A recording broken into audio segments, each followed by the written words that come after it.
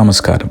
ഈ വർഷത്തെ വിഷു ഫലങ്ങളിലേക്ക്, അഗ്നിഹോത്രികളുടെ ജീവിത നിയോഗ നക്ഷത്ര ഫലങ്ങളിലേക്ക് സ്വാഗതം. കൊല്ലവർഷം 1200 ആണ്ട് മേടം 1 2025 ഏപ്രിൽ 14 തിങ്കളാഴ്ച ഉദയാൽ പൂർവ്വം 7 നാഴിക 25 വിനാഴികയ്ക്ക് 3 മണി 21 മിനിറ്റിന് ചോതി നക്ഷത്രവും തുലാക്കൂറും കൃഷ്ണപക്ഷത്തിൽ പ്രഥമതിഥിയും വരാഹക്കരണവും വജ്രനാമ നിത്യയോഗവും കൂടുന്ന സമയത്ത് കുംഭം രാശിയോദയ സമയേ ഭൂമി ഭൂതോദയം കൊണ്ട് മഹാവിഷു സംക്രമം. ഈ വർഷത്തെ പൊതു വിഷുഫലം നോക്കുകയാണെങ്കിൽ ധാന്യസമൃദ്ധി, ലോകാഭിവൃദ്ധി, എന്നാൽ കലഹം, ദുർമരണങ്ങൾ, അനാവൃഷ്ടി, രാജാക്കന്മാർക്ക് യശോവൃദ്ധിയും കാണുന്നുണ്ട്. എന്നാൽ വർഷം 2 പറ വർഷമാണ്. കാലവർഷം 2 പറയാകയാൽ 20ൽ 10 ഭാഗം സമുദ്രങ്ങളിലും 6 ഭാഗം വനപർവ്വത മേഖലകളിലും വർഷിക്കുന്നത് കണക്കാക്കുമ്പോൾ വർഷം 4 ഇടങ്ങഴിയാണ് ബാക്കിയുള്ള മേഖലകളിൽ ലഭിക്കുന്ന കാലവർഷം. ഇത്തവണ മേടസംക്രമം ഞായറാഴ്ച ആയതിനാൽ സ്വൽപ്പവൃഷ്ടിയും വിഷു ചോതി നക്ഷത്രവും ആകയാൽ വർഷക്കുറവുമാണ് കാണുന്നത്. കൂടാതെ വരാഹക്കരണത്തിലായതുകൊണ്ട് തന്നെ അഗ്നിഭയം, യുദ്ധം, എന്നാൽ സസ്യാഭിവൃദ്ധിയും മറ്റു തരത്തിലുള്ള സമൃദ്ധികളും കാണുന്നുമുണ്ട്. ജനങ്ങൾക്ക് പലവിധത്തിലുള്ള ആപത്തുകളും ജലദൗർലഭ്യം, ഇടയ്ക്കിടെ ബഹുവർഷവും വർഷമധ്യവും അവസാനവും ധാന്യനാശവും ധനനാശവും കലഹങ്ങളും, ചുരുക്കത്തിൽ പറഞ്ഞാൽ രാഷ്ട്രീയ സാമൂഹിക രംഗത്ത് ഉന്നത സ്ഥാനങ്ങളിൽ നാശമോ യുദ്ധമോ യുദ്ധസമാനമോ ആയ ഭീതിയും ഇത്തവണത്തെ വിഷുഫലത്തിൽ കാണുന്നുണ്ട്. ഇനി സമ്പൂർണ്ണ നക്ഷത്ര ഫലങ്ങളിലേക്ക്. ഓരോ ജന്മനക്ഷത്രത്തിലും ജനിച്ചവരുടെ വളരെ പ്രധാനപ്പെട്ട കാര്യങ്ങൾ മാത്രമേ വിഷുഫലത്തിൽ പ്രതിപാദിക്കുന്നുള്ളൂ. ഒരു വർഷത്തെ മുഴുവൻ ഗുണദോഷ ഫലങ്ങളും പറയുക സമയക്കുറവ് മൂലം അപ്രായോഗികമാണ്. വിദ്യാഭ്യാസം, പ്രണയം, വിവാഹം, ജീവിത പങ്കാളി, സന്താനങ്ങൾ, കുടുംബം, ജോലി, ബിസിനസ്, ശ്രദ്ധിക്കേണ്ടുന്ന മേഖലകൾ, ചെയ്യേണ്ടുന്ന കാര്യങ്ങൾ, വഴിപാടുകൾ എന്നിവ തരംതിരിച്ചാണ് ഇവിടെ വിവരിക്കുന്നത്. നവഗ്രഹങ്ങളുടെ രാശി സഞ്ചാരം അവലംബിക്കുന്നു. മൂലം നക്ഷത്രം. ഈ നക്ഷത്രക്കാർക്ക് ഈ വർഷം പൊതുവെ ഏറെ അനുകൂലമായിട്ടാണ് കാണുന്നത്. എങ്കിലും ആകെ ഫലമെടുത്ത് നോക്കുമ്പോൾ സർവം ഗുണദോഷ സമ്മിശ്രം. പ്രത്യേകിച്ചും അവസാനത്തെ 6 മാസക്കാലം. ജോലി അന്വേഷിക്കുന്നവർക്ക് നല്ല ജോലി, ജോലിയുള്ളവർക്ക് പ്രമോഷൻ, ശമ്പള വർധന, ഇഷ്ടപ്പെട്ട സ്ഥലം മാറ്റം എന്നിവ ഫലമാണ്. കലാകാരന്മാർക്ക് അംഗീകാരത്തിനും മറ്റും വളരെയധികം സാധ്യതയുള്ള വർഷമാണത്. താങ്കളുടെ ജീവിത പങ്കാളി സൗന്ദര്യമുള്ളവരും ഉന്നത കുലജാതരും കുടുംബം നന്നായി നോക്കുന്നവരും ആയിരിക്കും. വിവാഹാലോചന നടക്കുന്നുണ്ടെങ്കിൽ ഈ വർഷം വിവാഹ സാധ്യത കാണുന്നുണ്ടെങ്കിലും അടുത്ത വർഷം വിവാഹം ചെയ്യുന്നതാണ് അഭികാമ്യം. തങ്ങളുടെ ജീവിത പങ്കാളിയുടെയോ മാതാവിൻ്റെയോ ആയ കർമ്മരംഗങ്ങളിൽ നിന്നും ലഭിക്കുന്ന അധിക വരുമാന വർധനവ് നിങ്ങളുടെ കുടുംബാംഗങ്ങൾക്ക് ഏവർക്കും തന്നെ ഗുണഫലങ്ങളായി ഭവിക്കുന്നു. കഴിഞ്ഞ കുറച്ച് കാലമായി അനുഭവിച്ചു കൊണ്ടിരുന്ന പ്രതികൂലതകൾക്ക് എല്ലാം സമൂലമായ മാറ്റം വരുന്നു. തീർച്ചയായും ധനലാഭം, ഐശ്വര്യ സമൃദ്ധി കാണുന്നു. ധനസ്ഥിതി കഴിഞ്ഞ കാലത്തേക്കാൾ മികച്ചതായിരിക്കുമെന്ന് സാരം. ഇനി ദീർഘകാലത്തേക്കുള്ള സാമ്പത്തിക നിക്ഷേപങ്ങൾക്ക് വളരെയധികം അനുകൂലമായ സമയമാണിത്. തനിക്കോ ജീവിത പങ്കാളിക്കോ ലഭിക്കുവാനുള്ള ധനം, സ്വത്ത് വന്നു ചേരാനുള്ള സാധ്യത കൂടുതൽ കാണുന്നു. ജോലിക്കാർക്ക് തൊഴിൽ രംഗത്ത് അംഗീകാരം ലഭിക്കുന്നതാണ്. ലാഭകരമായ പുതിയ ആശയങ്ങൾ നടപ്പിലാക്കുവാൻ തൊഴിൽ രംഗത്ത് സാധിച്ചേക്കും. മികച്ച ശമ്പള വർധന പ്രതീക്ഷിക്കാവുന്ന ഒരു വർഷമാണിത്. തൊഴിൽ രംഗത്ത് തടയപ്പെട്ട അംഗീകാരങ്ങളും സ്ഥാനക്കയറ്റവും നിങ്ങളെ തേടി വന്നേക്കും. പുതിയ പദ്ധതികൾക്ക് മേലുദ്യോഗസ്ഥരുടെ അനുവാദം ലഭിക്കുവാനും സാധ്യതയുണ്ട്. കൂടാതെ തൊഴിൽ രംഗത്ത് സ്ഥാനമാറ്റത്തിനുള്ള സാധ്യതയും കാണുന്നു. ദൂരസ്ഥലത്തേക്കുള്ള മാറ്റവും ജീവിത ചിലവ് വർദ്ധിപ്പിക്കുന്നതിന് കാരണമാകുന്നു. പുതിയ തൊഴിൽ സ്ഥലത്ത് നിങ്ങളുടെ ഉന്നത ജീവിത വിജയത്തിനായി കഠിനാധ്വാനം ചെയ്യേണ്ട ആവശ്യമായി വരുന്നു. എന്നാൽ തൊഴിലിടത്തെ അനാവശ്യ അഭിപ്രായ പ്രകടനങ്ങൾ ഒഴിവാക്കേണ്ടത് അത്യന്താപേക്ഷിതമായി കാണുന്നു. അതുപോലെ ഒരു വർഷക്കാലം സാമ്പത്തികമായും തൊഴിൽപരമായും ശ്രദ്ധ വളരെയധികം അനിവാര്യമായ സമയമാണിത്. മുന്നിൽ വന്നുകൊണ്ടിരിക്കുന്ന വെല്ലുവിളികളെല്ലാം ഏറ്റെടുത്ത് മനധൈര്യം കൈവിടാതെ ജീവിതത്തിൽ മുന്നേറി വിജയിക്കേണ്ടതാണ്. മറ്റുള്ളവർക്ക് കടം കൊടുക്കുക, ലോൺ എടുക്കുക, തനിക്ക് അറിയാത്ത മേഖലകളിൽ നിക്ഷേപിക്കുക തുടങ്ങിയവ നിർബന്ധമായും ഒഴിവാക്കുന്നത് നന്ന്. തൊഴിൽ രംഗത്ത് വെല്ലുവിളികൾ നേരിടേണ്ടി വന്നേക്കാം. യുക്തിപരമായി ചിന്തിച്ചും മനസാന്നിധ്യത്തോടെയും വെല്ലുവിളികളെ ഫലപ്രദമായി നേരിടണം. അനാവശ്യ കാര്യങ്ങളിൽ ചിന്തിച്ച് വിഷമിക്കുന്നത് അഭികാമ്യമല്ല. അവനവൻ്റെ ആരോഗ്യകാര്യങ്ങളിൽ വളരെ കൂടുതൽ ശ്രദ്ധിക്കേണ്ടത് അത്യാവശ്യമാണ്. മെയ് മാസം അവസാന പാദത്തോടെ തന്നെ തൻ്റെ കർമ്മ രംഗങ്ങളിലെല്ലാം നിങ്ങളുടെ ശത്രുക്കൾ നിഷ്പ്രഭരാവുന്നതും കുറച്ചുകൂടി മെച്ചപ്പെട്ട രീതിയിൽ നിങ്ങൾ മുന്നേറുന്നതായും അനുഭവപ്പെട്ടേക്കാം. ജൂലൈ മുതൽ ഓഗസ്റ്റ് 20 വരെ വീണ്ടും ചില അരിഷ്ടതകളും വിഷമങ്ങളും കാണുന്നുണ്ടെങ്കിലും നിങ്ങളുടെ സാമ്പത്തിക സ്ഥിതി പൊതുവെ തൃപ്തികരമാണെന്ന് കരുതാവുന്നതാണ്. സാമ്പത്തികമായ അനുകൂലതകൾ എല്ലായിടത്തും കാണാവുന്നതാണ്. അതുവരെ തടസ്സങ്ങളിലോ അഥവാ കിട്ടാതിരുന്നതോ ആയ ധനം, സഹായങ്ങൾ, ആനുകൂല്യങ്ങൾ ഇവ ലഭിച്ചേക്കും. തങ്ങളുടെ ധനസ്ഥിതിക്ക് വലിയ മാറ്റമില്ലെങ്കിലും വരുന്ന സെപ്റ്റംബർ മാസം ആരോഗ്യവുമായി ബന്ധപ്പെട്ട് കുറച്ച് സമ്പത്ത് ചെലവഴിക്കേണ്ടി വന്നേക്കാം. സാമ്പത്തിക നിക്ഷേപങ്ങൾക്കോ ഊഹക്കച്ചവടങ്ങൾക്കോ ഓഹരി മറ്റ് അപകടകരമായ നിക്ഷേപ കാര്യങ്ങൾക്കോ വേണ്ടി കൈവശമുള്ള പണം ഉപയോഗിക്കുവാൻ പാടുള്ളതല്ലെന്നും ഓർമ്മിപ്പിക്കട്ടെ. ഈ കാര്യം വളരെ പ്രധാനമായിട്ട് ശ്രദ്ധിക്കണം.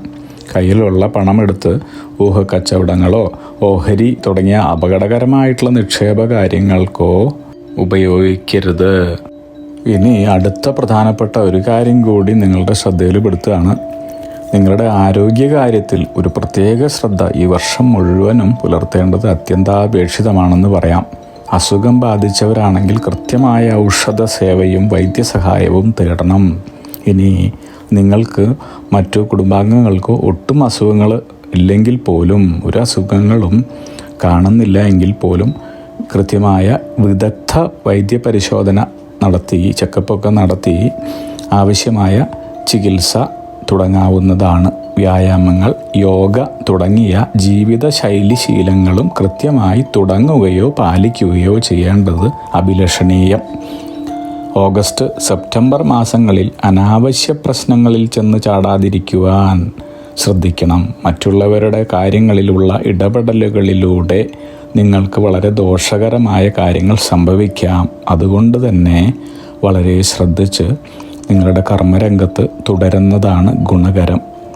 ഇനി ഒക്ടോബർ മാസം ആദ്യ പകുതിയിൽ തന്നെ തൊഴിൽ കർമ്മ രംഗങ്ങളിൽ അല്പസ്വല്പം വെല്ലുവിളികൾ നേരിടേണ്ടതായി വന്നേക്കാമെങ്കിലും മുൻപ് താമസം നേരിടേണ്ടി വന്ന മേഖലകളിൽ നിന്നെല്ലാം തന്നെ അനുകൂല മാറ്റങ്ങൾ വരുന്നതായി കാണുന്നു. കൂടാതെ പുതിയ അംഗീകാരങ്ങൾ തേടി വരുന്നു. ശമ്പള വർധനയോ, ബിസിനസ് നടത്തുന്നവരാണെങ്കിൽ ബിസിനസ്സിൽ നിന്നുള്ള ലാഭവും പ്രതീക്ഷിക്കാവുന്ന സമയമാണ്. കർമ്മരംഗങ്ങളിൽ സുദീർഘമായിട്ടുള്ള യാത്രകൾ വേണ്ടി വന്നേക്കാമെന്നാണ് കാണുന്നത്. എങ്കിലും എല്ലാം നല്ല പുരോഗതിയിലേക്കും ഫലപ്രാപ്തിയിലേക്കും നീങ്ങുന്നതായാണ് കാണുന്നത്. ഇനി കുടുംബ, തൊഴിൽ, ബിസിനസ് രംഗങ്ങളിലെല്ലാം തന്നെ പ്രശ്നങ്ങളുണ്ടായാലും ഒട്ടും വലുതാക്കാതെ, പ്രശ്നങ്ങൾ സങ്കീർണമാക്കാൻ അനുവദിക്കാതെ തുടക്കത്തിൽ തന്നെ പരിഹാരം കണ്ട് മുന്നേറേണ്ടതുണ്ട്. ക്ഷമയോടും സംയമനത്തോടും കൂടി അനുഭവ പരിജ്ഞാനം കൊണ്ടും തന്മയത്വത്തോടെയുള്ള പെരുമാറ്റത്തിലൂടെയും വരുന്ന എല്ലാ തടസ്സങ്ങളിൽ നിന്നും പ്രശ്നസാധ്യതകളിൽ നിന്നും രക്ഷപ്പെടുവാനും അതിനെയെല്ലാം മറികടക്കുവാനും ഉള്ള ആത്മവിശ്വാസം ആർജിക്കുവാനും സാധിക്കുന്നു. വളരെ അടുപ്പമുള്ള ആളുകളാണെങ്കിൽ പോലും ജാമ്യം നിൽക്കുക, കടം കൊടുക്കുക, പങ്കാളിത്ത ബിസിനസ്സിൽ ഏർപ്പെടുക എന്നിവ ചെയ്യാതിരിക്കുന്നത് ഉചിതമാണ്, ചെയ്യരുതെന്ന് സാരം. ഈ വർഷം മുഴുവനും തന്നെ മറ്റുള്ളവരുമായുള്ള അനാവശ്യ വാഗ്വാദങ്ങൾ ഒഴിവാക്കുക തന്നെ വേണം. ഈ പറഞ്ഞിട്ടുള്ള എല്ലാ കാര്യങ്ങളും ഞാൻ മുൻപ് സൂചിപ്പിച്ചിട്ടുള്ള പോലെ നോട്ട് ചെയ്ത് വെക്കുക. വളരെ ശ്രദ്ധിക്കേണ്ട കാര്യങ്ങളാണ് ജീവിതത്തിൽ. അനാവശ്യമായിട്ടുള്ള വാഗ്വാദങ്ങളിൽ നിന്ന്, തർക്കങ്ങളിൽ നിന്ന് എല്ലാം വിട്ടു നിൽക്കുക. നിങ്ങളിതൊക്കെ നോട്ട് ചെയ്ത് വെച്ചാൽ, ഫോണിലോ എവിടെയെങ്കിലും നോട്ട് ചെയ്ത് വെച്ചാൽ ഇത് പിന്നീട് 2-3 ആവർത്തി വായിക്കുമ്പോൾ ഇതൊക്കെ ഓർമ്മ വരും. അദ്ദേഹം ആ തിരുമേനി എന്താ പറഞ്ഞിരിക്കുന്നത്, ഇത് ഇങ്ങനെ പെടരുത്, തർക്കം പാടില്ല, ഇതിങ്ങനെ ചെയ്യരുത്, അനാവശ്യ ചിലവുണ്ടാവുന്നൊക്കെ പറഞ്ഞു വെച്ചിരിക്കണം. അപ്പോൾ അത് കാരണം ഇതെല്ലാം ശ്രദ്ധിക്കുക. നിങ്ങൾ തങ്ങളുടെ മാതാപിതാക്കൾക്കുണ്ടാവുന്ന ആരോഗ്യ പ്രശ്നങ്ങൾ മനസ്സിനെ വിഷമിപ്പിക്കുന്ന സമയമായിട്ട് കാണുന്നുണ്ട്. വർഷാവസാനം വരെ ലഘുവായ, വളരെ ഗൗരവമായിട്ടുള്ളതൊന്നുമല്ലെങ്കിലും ശാരീരിക മാനസിക ക്ലേശങ്ങൾ ലഘുവായിട്ടുള്ളത്, ചെറിയ അല്പസ്വല്പം അരിഷ്ടതകൾ കാണുന്നുണ്ട്. ഒക്ടോബർ അവസാന പാദം മുതൽ ഇഷ്ടകാര്യങ്ങളുടെ വിജയമുണ്ടാകുന്നു. വിവാഹിതരാണെങ്കിൽ നിങ്ങൾക്ക് വളരെ സന്തുഷ്ടകരമായ കുടുംബജീവിതം, കൃഷി, വ്യാപാരം, മറ്റു മേഖലകളിൽ തുടങ്ങിയവയെല്ലാം പ്രതീക്ഷിച്ചതുപോലെ പുരോഗതിയിലേക്ക് കുതിക്കുന്നതായും കാണുവാൻ സാധിക്കുന്നു. ഇനി നിങ്ങളുടെ ജീവിത പങ്കാളിയുടെ തുണ, സഹകരണം വളരെ എടുത്തു പറയേണ്ടുന്ന ഒരു കാര്യമാണ് ഈ വർഷം. അതുകൊണ്ട് തന്നെ നിങ്ങൾക്ക് നേരിടേണ്ടി വരുന്ന എല്ലാ കാര്യങ്ങളിലും ഒരുമിച്ച് ജീവിത മുന്നേറ്റം നടത്തുവാൻ സാധിക്കുന്നു. നമ്മുടെ ജീവിത പങ്കാളി നമുക്ക് തരുന്ന പിന്തുണ, സഹായം, സ്നേഹം, ഇതെല്ലാമാണ് നമ്മുടെ ജീവിതത്തിൽ നമുക്ക് തുണയായിട്ട് വരുന്നത്. നമ്മുടെ ജീവിതത്തിൽ പ്രശ്നങ്ങളെ അഭിമുഖീകരിക്കാനും പുതിയ ജീവിത വിജയം നേടുവാനും നമുക്ക് സഹായകമായിട്ടുള്ളത് 2 പേരാണെന്ന് പറയും. അമ്മ, നമ്മുടെ മാതാവ്. അച്ഛൻ ചെയ്യില്ല എന്നല്ല, അച്ഛൻ നമുക്ക് വേണ്ടി പ്രാർത്ഥിക്കുന്നില്ല, അല്ലെങ്കിൽ നമുക്ക് വേണ്ടി സഹായിക്കുന്നില്ല, ഒരു പിന്തുണയും തരുന്നില്ല എന്നതല്ല അതിൻ്റെ അർത്ഥം. മാതാവ്, അമ്മ ഇല്ലെങ്കിൽ നമ്മുടെ ജീവിതത്തിലെ രണ്ടാമത്തെ സ്ത്രീ ആരാ? നമ്മുടെ ജീവിതത്തിൽ നമ്മുടെ ജീവിത പങ്കാളി. അങ്ങനെയുള്ള ജീവിത പങ്കാളി മൂലം നിങ്ങൾക്കുണ്ടാകുന്ന തുണ, സഹകരണം വളരെ എടുത്തു പറയേണ്ട കാര്യമാണെന്നാണ് സൂചിപ്പിച്ചത്. എല്ലാ കാര്യങ്ങളിലും നിങ്ങൾക്ക് ഒരുമിച്ച്, എല്ലാ കാര്യങ്ങളും നിങ്ങൾക്ക് സംസാരിച്ച് ഒരുമിച്ച് ജീവിത മുന്നേറ്റം നടത്തുവാൻ സാധിക്കുന്നു. മറ്റു സന്താനങ്ങളുടെ വിദ്യാഭ്യാസ കാര്യത്തിൽ കുറച്ച് വിഷമിക്കേണ്ടി വന്നാലും ഇളയ സന്താനങ്ങളുടെ ശ്രേഷ്ഠമായ വിദ്യാഭ്യാസവും പെരുമാറ്റവും വളരെയധികം സന്തോഷം നിങ്ങൾക്ക് നേടിത്തരുന്നു. പിൽക്കാലത്ത് നിങ്ങൾക്ക് ജീവിതത്തിൽ ഉണ്ടാകുന്ന അപ്രതീക്ഷിതമായ ചില സാമ്പത്തിക മാറ്റങ്ങൾ, സാമ്പത്തിക നഷ്ടസാധ്യതകൾ അല്ലെങ്കിൽ സാമ്പത്തിക ബുദ്ധിമുട്ടുകൾ മുൻകൂട്ടി കണ്ട് പ്രവർത്തന ശൈലി ഗുണഫലങ്ങൾ നേടിത്തരുന്നതാക്കി തീർക്കാനുള്ള കഴിവും നിങ്ങൾക്ക് കരഗതമാകുന്നു എന്ന് പറയാം. ഇനി വളരെ പ്രധാനപ്പെട്ട ഒരു കാര്യം മനസ്സിൽ ഓർക്കേണ്ടതുണ്ട്. മൂലനക്ഷത്രത്തിന് ചില ദോഷങ്ങളുമുണ്ട്. മൂലാഗ്രപാതയെ പിതരം നിഹന്തി, ദ്വിതീയകേ മാതരമാശുഹന്തി, തൃതീയകേ വിത്തവിനാശകസ്യാൽ, ചതുർത്ഥപാതയെ സമുപൈതി സൗഖ്യം എന്നാ പറയണ. മൂലനക്ഷത്രത്തിൻ്റെ ആദ്യ പാദത്തിൽ ജനിച്ചാൽ പിതാവിന് ദോഷം അല്ലെങ്കിൽ നാശം സംഭവിക്കുന്നതാണെന്ന് പറയുന്നു. മൂലനക്ഷത്രത്തിൻ്റെ 2ാം പാദത്തിൽ ജനിച്ചാലോ മാതാവിന് ദോഷം സംഭവിക്കുന്നതാണ്. 3ാം പാദത്തിൽ ജനിച്ചാൽ പല പ്രകാരത്തിലും ധനത്തിന് ഹാനി ഉണ്ടാകുന്നു. അതുപോലെ 4ാം പാദത്തിൽ ജനിച്ചാൽ വളരെയധികം ആഡംബര ജീവിതം നയിക്കുന്ന ആളാവും. മൂലം നക്ഷത്രത്തിൻ്റെ 1, 2, 3 പാദങ്ങൾ ദോഷം ചെയ്യും. ദോഷപരിഹാരവും വിദഗ്ധമതമാണ്. മൂലനക്ഷത്രത്തിൽ 1ാം പാദത്തിൽ ജനിച്ചവരാണെങ്കിൽ നിങ്ങൾ 7 ദിവസം കേതുഗ്രഹ പൂർണ്ണ കുംഭജപം പിതാവിൻ്റെ പേരിൽ നടത്തുക. ഇനി 2ാം പാദത്തിൽ ജനിച്ചവരാണെങ്കിലോ 7 ദിവസം കേതുഗ്രഹ പൂർണ്ണ കുംഭജപം അമ്മയുടെയും മാതൃ അമ്മാവന്മാരുടെയും പേരിൽ നടത്തണം. ഇതാണ് അതിനുള്ള പരിഹാരം. ഇനി വളരെ ശ്രദ്ധിച്ച് കേൾക്കുക. സർവദോഷ പരിഹാരത്തിനും വിഘ്ന നിവൃത്തിക്കുമായി ശിവ, ദേവി, മഹാവിഷ്ണു ക്ഷേത്ര ദർശനങ്ങൾ നടത്തി യഥാശക്തി വഴിപാടുകൾ നടത്തുന്നത് നന്ന്. നിങ്ങൾക്കുള്ള അനുകൂല ദിവസങ്ങളും പ്രതികൂല ദിവസങ്ങളും ശ്രദ്ധിച്ചോളൂ. അനുകൂല ദിവസങ്ങൾ വ്യാഴം, ഞായർ. പ്രതികൂല ദിവസങ്ങളാകട്ടെ വെള്ളി, തിങ്കൾ, ചൊവ്വ. ഈ പറഞ്ഞ കാര്യങ്ങളൊക്കെ ഒന്ന് ശ്രദ്ധയിൽ വയ്ക്കുന്നത് ഗുണം ചെയ്യുന്നതാണ്. എല്ലാവർക്കും അഗ്നിഹോത്രികളുടെ ജീവിത നിയോഗ ആചാര്യന്മാരുടെ വിഷു പുതുവത്സരാശംസകൾ നേരുന്നു. സർവൈശ്വര്യ സമ്പന്നമായ ഒരു വിഷു ആവട്ടെ ഇത്തവണ. അഗ്നിഹോത്രി ജീവിത നിയോഗ പ്രവചനങ്ങളെക്കുറിച്ച് കൂടുതൽ അറിയുവാനും നിങ്ങളുടെ ജീവിതത്തിലെ കർമ്മദോഷങ്ങളെക്കുറിച്ച് മനസ്സിലാക്കി ശരിയായ കർമ്മങ്ങൾ അനുഷ്ഠിക്കുവാനുള്ള അർഹത നേടിത്തരാനും ഈശ്വരൻ നിയോഗിക്കപ്പെട്ട ജീവിത ലക്ഷ്യത്തിലേക്ക് എത്തിക്കാനും നിങ്ങളുടെ വിദ്യാഭ്യാസം, തൊഴിൽ, ബിസിനസ്, വിദേശയാത്ര, പ്രണയം, വിവാഹം, കുടുംബം, സന്താനങ്ങൾ തുടങ്ങി വ്യക്തിപരമായ കാര്യങ്ങളും സമൂഹം, രാഷ്ട്രീയം എന്നിങ്ങനെ എല്ലാ മേഖലകളിലുമുള്ള കാര്യങ്ങളെക്കുറിച്ചും വിശദമായി മനസ്സിലാക്കുവാനും ജീവിത പുരോഗതിയിലേക്ക് നയിക്കപ്പെടാനുമുള്ള ഭാവി കാര്യങ്ങൾ, ഭാവി കർമ്മങ്ങൾ ചെയ്തു തീർക്കാനുമായി ഇന്നു തന്നെ ഞങ്ങളെ ബിസിനസ് വാട്സപ്പിൽ കൂടിയോ ഇമെയിലിൽ കൂടിയോ ബന്ധപ്പെടും. ഫോൺ നമ്പർ, ഇമെയിൽ എന്നിവ ഡിസ്ക്രിപ്ഷനിൽ കൊടുത്തിട്ടുണ്ട്. അഗ്നിഹോത്രി ജീവിത നിയോഗ പ്രവചനങ്ങൾ മനുഷ്യ നന്മയ്ക്ക്.